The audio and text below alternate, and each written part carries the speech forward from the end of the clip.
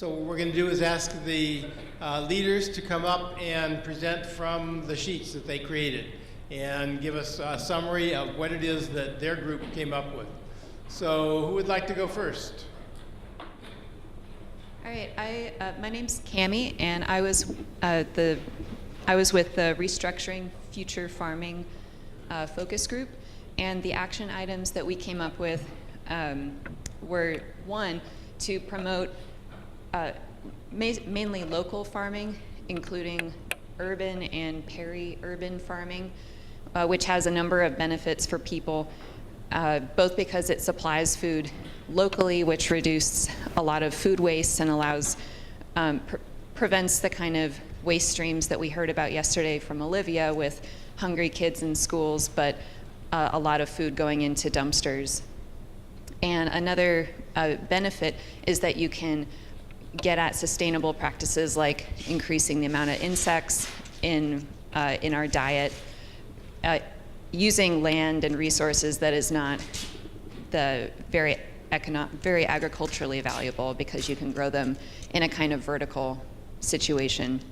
And lastly, that urban and peri-urban farming can expose kids to sustainable farming at a young age when they're going to be very moldable in terms of what they value.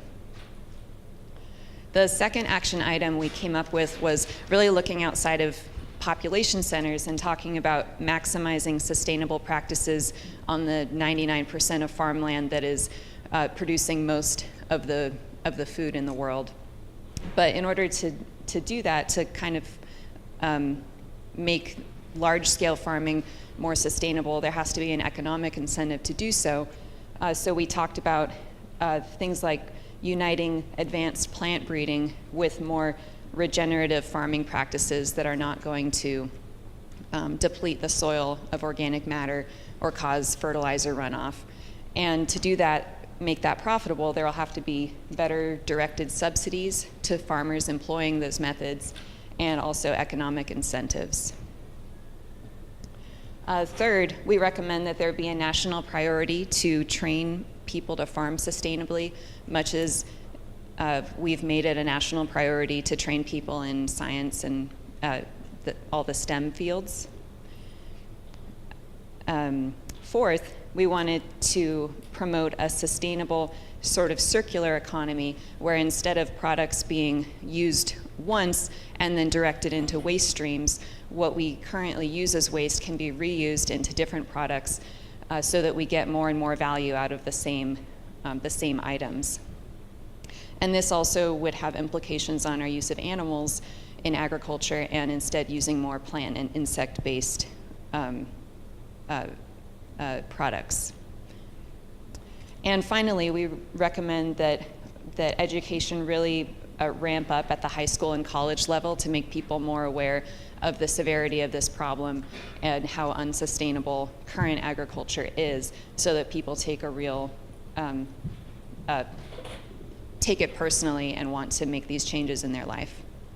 All right. Great. Thank you so much, Camille. And thank you to all the people who participated in both sessions of this group. What group would like to go next? Only two choices. Hey, I'm Rebecca. We were part of the group that was focusing on technology and tech, really, to advance sustainable food systems. And we had a very spirited discussion. I'm going to try and do justice to the ideas that came out, which were very good. And I'll start with kind of the most succinct one, which is figuring out ways to handle the end-of-life management of products associated with food systems. So specifically, how do you take microbes and advance the ability to degrade the products that we have, the things that are at the end of their life cycle? And so in figuring out some tactics for that, there was an idea to data mine applicable patents and existing research and figure out how to pitch that to get a business idea or some kind of way to commercialize that so that it can be applied.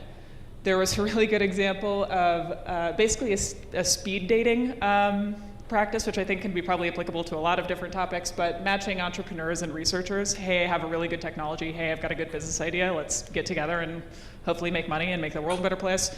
And then there was obviously the need for supportive policy and collaboration, environments of collaboration, developing federal, state, private funding mechanisms to get these new technologies off the ground, figure out how to get microbes that are cheap and that are easily accessible for waste management municipalities, and commercialization pipelines. How can you take whatever batch of bugs you're mixing up and make sure that you can get a product out of it and get that product to business owners?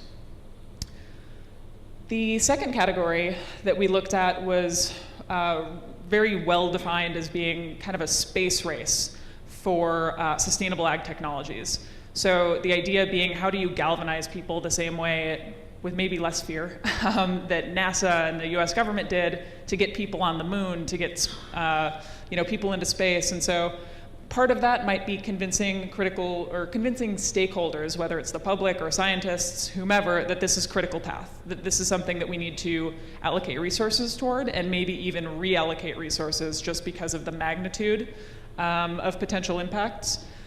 And the idea that fear is kind of an old model. So doing anything based on, oh, there's going to be a catastrophe, or oh, we have to beat this other group, that might be not as impactful these days. And so finding other ways to motivate.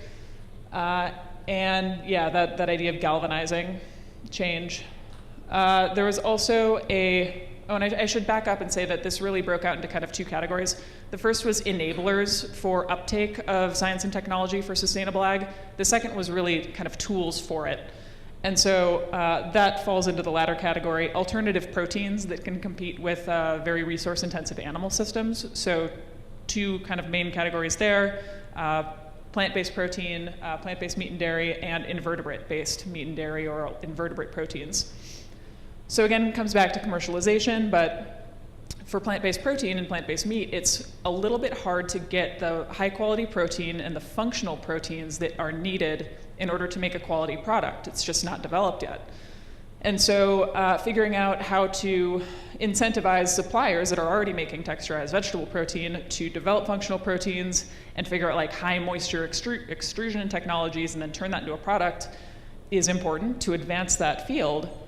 And experimenting and identifying the best species traits and the best ways to mass rear insects or invertebrates was also pretty important. And then how do you market it, really? How can it be fun and tasty and cool so that people actually buy it? And then incentives are still important, tax, state, federal, ways to help get these industries moving faster. Then there was a huge category about education, which I think the last panel talked about too. Very broadly, there were ideas about how do you craft undergraduate entrepreneurship courses to develop business plans, translate research into business, really, so for actionable outcomes, other kinds of actionable outcomes. How can you own the narrative when you're talking to the public, really? How can you use social media tools to show the importance of sustainable agriculture and the importance of technology, whether it's genetic engineering or other, in a way that is credible and hopefully provides a counter-narrative to some of the fear-based, I'm going to say anti-science approaches. And just broadly leveraging social media for the communication side, for the education. It's just another outlet for that. Okay. Great. Thank you very much, Rebecca. Thanks again to everybody who participated in those two groups. And the final group, I think we're having one of the Roberts come forward. Okay, so I've got to bring this home. I'll try to sum up as best as I can the really great moderating work that Rob Horsch did in our group and all the great contributions of everyone. And is this it? We don't have a second page, do we? I don't think so. No, we're good. So we had a really great discussion, and I think at the end of both sessions, a discussion that was incredibly well organized, reflective of the voices of everyone in the group and a lot of the expertise that was there as well. So I always like when I come out of a session like that, I could say that I learned a lot from the insights of everyone who was there and touched upon a lot of the themes. So we had the task of coming up with some actionable items related to regulation and policy. And so if the distillation that we have here, I think really comes out of the identification of the various levers and leverage points that are helpful in ultimately getting individuals and institutions to change their behavior, which we know is really difficult. We're always up against the inertia of what I like to refer to as the institutional force of inertia, that these are slow changing things, and that even as individuals, what our learned behaviors oftentimes present themselves to us as natural, unchanging, necessary behaviors. So how do we get through all of that? So if we want to distill that into its briefest form, we know that we have to, so our end goals seem to be here, some kind of school or center or group that is going to be outward looking, take all the knowledge that's here at UCR and turn it into a kind of information for public policy. So here we've got it listed as a School of Public Policy, which there is a School of Public Policy that's here. Maybe something along the lines of a center that brings together all of the actors who would be powerful. So identify the spark plugs. Who are the faculty, who are the students, and who are the staff? The ones who are motivators, who have the ideas, who oftentimes have the resources, but I think most importantly are the ones who are able to create things that will outlive themselves. So that others are drawn not simply to the individuals, but how those individuals get others to act with them and eventually carry on the good ideas.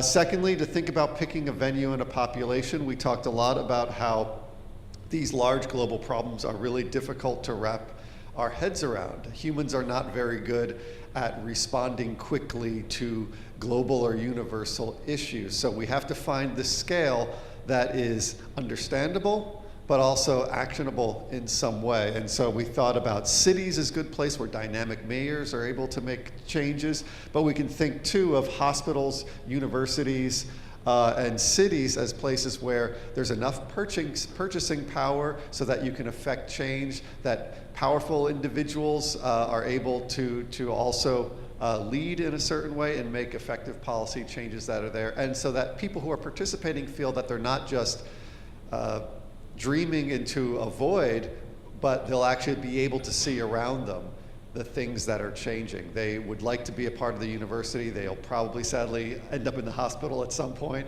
And they're living in the city, or that city is nearby. So these are things that they can use and that are important to them. We can frame it as an entrepreneurial challenge. So I think this is something that we should not be afraid of, but we should also leverage that. There is that competitive spirit, that there is a profit motive, that these are things that oftentimes really work to show people that it's not just the right thing to do, it can also be the profitable thing to do. It could also be the benefit that comes to you in some way. So understanding the various rewards that come out of these prospects and not being afraid to tout those rewards. It's not just about the ideals, it's also about the real lives that people have to live. And then lastly, thinking about shifting the menu. Vendors, signage, all the others that are involved, and as I put forward and Christopher put forward, lead with that unapologetic taste. This, at the end of the day, is its own great reward. If the food is good, people are going to come. So can we make delicious food that also hits all the other targets that we're doing? We can play into the expertise of our chefs. We can play into our most basic reactions to the beautiful food that we find around us. This is a way to build this and to get people together. You have food, students will arrive. We know this. This works all the time. So I think that kind of gets it. Thanks. Thank you.